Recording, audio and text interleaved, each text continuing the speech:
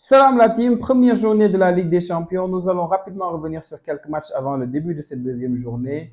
Mais avant de commencer le débrief, j'aimerais apporter toute ma sympathie à tous les supporters et sympathisants, voire habitants du Dynamo Zagreb. Parce que très sérieusement, prendre 9 buts en Ligue des Champions, à n'importe quelle étape de la compétition, c'est beaucoup. Le supporter du Barça que je suis soutient profondément tous ses habitants, ses supporters et ses sympathisants. Et j'espère pour vous que la page va se tourner très vite parce que ça peut prendre du temps. Heureusement que des équipes comme vous existent. Cependant, nous n'allons pas trop nous attarder sur ce génocide. 9 buts à 2. Il n'y a pas trop grand-chose à débriefer. Et quand on regarde le match en multiplex, on se dit même pas que ça va se terminer sur un score de hockey sur glace parce que à 15 minutes de jeu déjà, la 15e minute de jeu, il n'y avait pas encore de but. Donc après, tu reçois une notif, gling gling, tu vois que voilà, il y a un but de Gnabry, finalement non, annulé, penalty d'Harry, et ça commence. À la mi-temps, on était déjà à 3-0. Au retour des vestiaires, Dynamo Zagreb, ils font quoi? Ils reviennent au score. Maintenant, il n'y avait plus qu'un but d'écart, 3-2.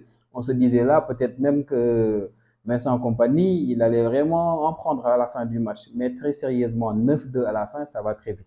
Très vite. Un quadruplé de Lewandowski, un triplé sur penalty. Je pense que c'est le premier joueur de l'histoire à avoir marqué un triplé sur penalty en Ligue des Champions. C'est ça que j'ai lu. Et aussi un doublé de Olysée, le français. Il y a un but de Leroy Sané et Goretzka qui est rentré vers les dernières minutes de jeu, qui a mis le 9e but. Donc très sérieusement, ça aurait pu être pire pour Dynamo Zagreb. Ils auraient pu prendre ces buts-là chez eux. Donc, on va pas trop s'attarder sur ça. On va parler maintenant du Real Madrid. Quand vous êtes professeur ou bien que vous avez chez vous des enfants à éduquer, pour leur expliquer que la réussite vient au bout de l'effort, il ne faut même plus leur parler longtemps. Il faut mettre un match du Real, 90 minutes, et c'est tout. Ils vont regarder à peu près tout le temps la même chose. Une équipe qui souffre toute une première mi-temps et finalement en deuxième période se donne les moyens de gagner et c'est fini. C'est ça être supporter du Real en 2024. Pas en 2024, peut-être depuis 2022, peut-être. C'est des caméléons. Xavi, il l'avait dit il y a 2 ans. Le Real, c'est des caméléons. Ils s'adaptent à n'importe quel adversaire. Et c'est ça qu'ils font. Vous vous souvenez de l'année dernière contre Manchester City? Ils étaient à 11 derrière. Nous-mêmes, nous ne savions pas que le Real pouvait défendre comme l'Atlético de Madrid. Ça nous avait tous choqués. Mais naturellement, ça passe et ils gagnent. Cependant, Stuttgart, ils ont commis une erreur aujourd'hui. Il ne fallait pas laisser ce Real Madrid-là aller à la mi-temps sans encaisser au minimum 2 buts. Quand on regarde le contenu du match, Ndav, il a eu l'opportunité de le faire.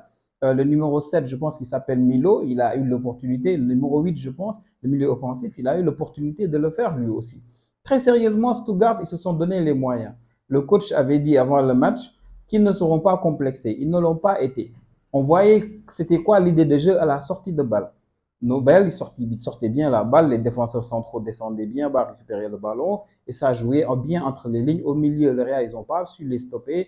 Ils régalaient, au fait. Ils régalaient très sérieusement Stuttgart, ils ont régalé, même s'ils ont perdu pas mal de joueurs. Stuttgart, qui a fini l'année dernière, je pense, deuxième en Bundesliga, ils avaient Guirassy qui est parti à Dortmund. Ils ont perdu aussi Anton qui est parti lui aussi à Dortmund. Vraiment, c'était une pièce maîtresse en défense. Et Guirassy aussi, c'était l'un des meilleurs buteurs l'année dernière. Donc, perdre ces deux joueurs-là, c'était vraiment quelque chose, mais n'empêche, la qualité était là. Donc, pas mal d'occasions, mais malheureusement, jamais concrétisées. Ils ont manqué de réussite.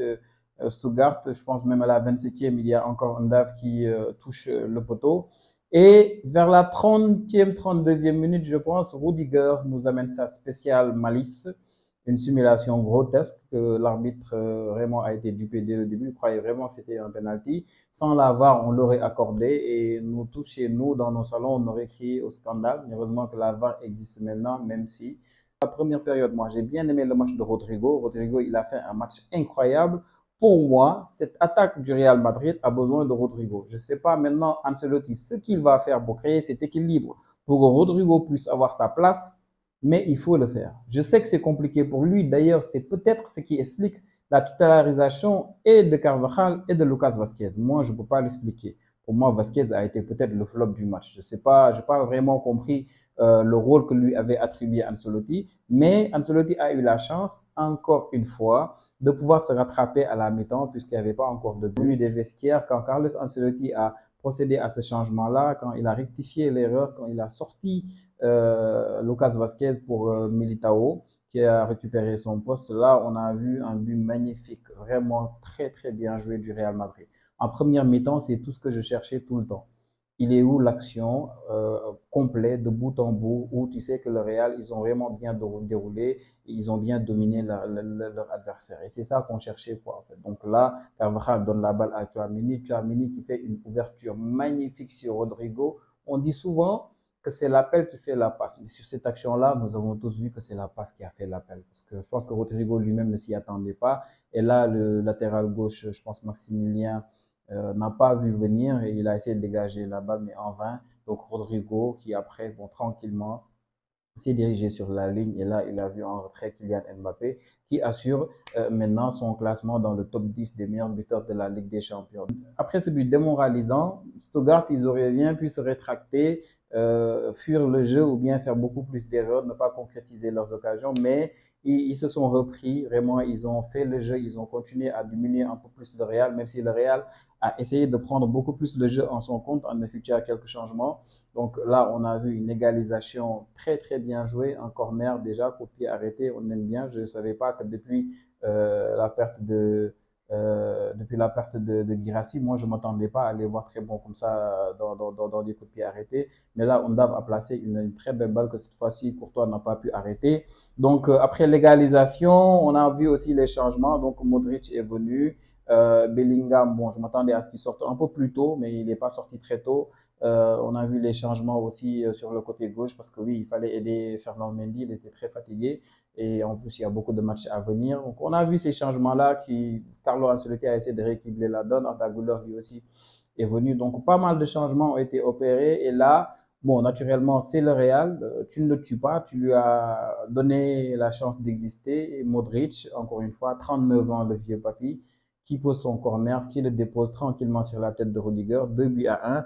C'était fini pour moi à partir de ce moment-là pour Stuttgart. Pourquoi? Parce que ce Real-là, qui souffre pendant plus de 40 et quelques minutes, ce Real revient pour te mettre un but, tu égalises, ils te remettent encore un autre but, ils vont plus te laisser revenir. Donc, à partir de ce moment, c'était fini. Et Undav, je lui en veux un peu parce que très sérieusement, Undav, après son but de la tête, il a eu l'opportunité de creuser l'écart. Il a pu le faire. Il a reçu une passe magnifique, je pense, entre deux ou trois défenseurs des Merengues. Je ne sais même plus qui avait fait la passe, le numéro 18 ou 17 de Stuttgart. Donc, Undav était là en face à face avec Courtois. Je ne sais pas un peu c'est ce qu'il a fait hésiter, mais il a hésité et Rudiger a très bien repris cette balle. Donc, ils ont existé comme ça et des changements ont été opérés. On a vu que notre ami Bobby est rentré. Et quand Bobby est rentré, là, spectacle. Spectacle. Soit il est très intelligent, c'est un génie, il est en avance sur son temps, soit il est très con. Parce que très sérieusement, toi, tu récupères la balle après un corner très mal joué de la part de Stuttgart. Toi, tu amènes tout seul le ballon. Tu dépasses la ligne médiane, tu avances et tu vois là Vinicius qui déboule et qui fait son appel à droite. Tu vois Kylian Mbappé. Tu vois même qu'entre les deux défenseurs, tu peux mettre la balle pour Kylian Mbappé.